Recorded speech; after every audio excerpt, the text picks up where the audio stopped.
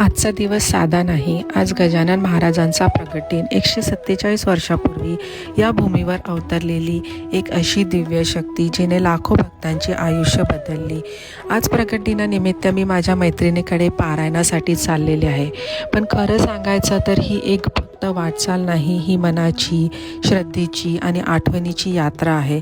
आज सकाळपासून हवेत काहीतरी वेगळंच होतं. घरात एक शांतता होती, घाई होती, पण मनात अस्वस्थता नव्हती. सगळं काही थोडं लवकर उरकून घरातच भक्तीची तयारी सुरू झाली. घर स्वच्छ केलं, मन शांत केलं आणि महाराजांच्या नावाचा जप सुरू केला.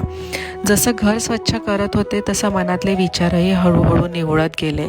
कारण महाराजांसमोर फक्त घर नाही, स्वच्छ मनही लागतं. आज घरीच प्रसाद बनवला, साधा आणि पण प्रेमाने.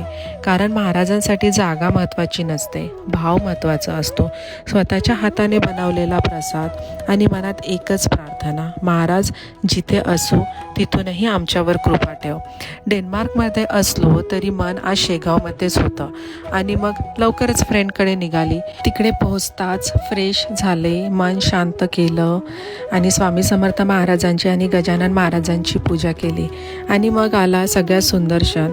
सगळ्या स्वामी भक्तांना भेटले. एकमेकांकडे पाहून फक्त एकच शब्द, श्री स्वामी समर्थ. एवढी काही ओळख नाही, औपचारिकता नाही, पण श्रद्धेचं नातं. आणि मग डोळे मिटले, मन एकाग्र केलं, पारायणाला बसलो. जिथे भक्त एकत्र येतात तिथे गुरुकृपा ओसांडून वाहते. फ्रेंडच्या घरी बसून पारायण करताना एक क्षण असा आला, डोळे मिटले आणि मन थेट शेगावमध्ये गेलं. घंटेचा आवाज, महाराजांचा फोटो आणि मनात अपार शांतता. क्षणभर सगळं थांबलं होतं. लहानपणापासूनच महाराजांना मी खूप फॉलो करत आलेले आहे. याचं सगळं श्रेय माझ्या आजोबांना जातं. मी फक्त 2 वर्षाचे होते तेव्हापासून ते दर गुरुवारी शेगावला जायचे आणि मला पण घेऊन जायचे. आजोबांनी माझी 101 शेगावची वारी पूर्ण केलेली आहे. हे ऐकताना भक्ती नाही, अभिमान वाटतो आणि डोळे भरून येतात. क्षणभर असं वाटलं, आजोबा आज असते तर खूप आनंदी झाले असते. गजानन महाराज आपल्याला खूप काही शिकवतात. संयम ठेवायला, अहंकार सोडायला आणि मन स्वच्छ ठेवायला. ते कधीच मोठेपणा दाखवत नव्हते, साधेपणातच त्यांची शक्ती होती. ते सांगतात, मन शुद्ध ठेवा, बाकी सगळं ठीक होतं.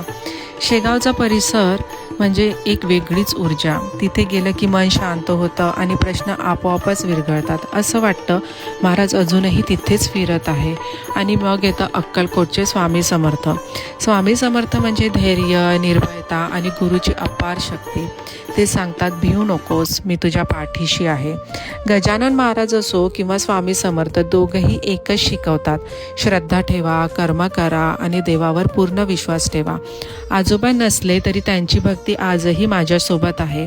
आज डेन्मार्कमध्ये बसून पारायण करताना हे जाणवलं, श्रद्धेला सीमा नसतात. जर तुम्ही कधी आयुष्यात हरवलात ना तर शेगावला या, किंवा फक्त मनात म्हणा, गणगण गणात बोते. कारण महाराज कधीच हाक ऐकून दुर्लक्ष करत नाही. आज पारायण संपलं. तिथे ना मोठा गोंगाट होता, ना मोठा सोहळा.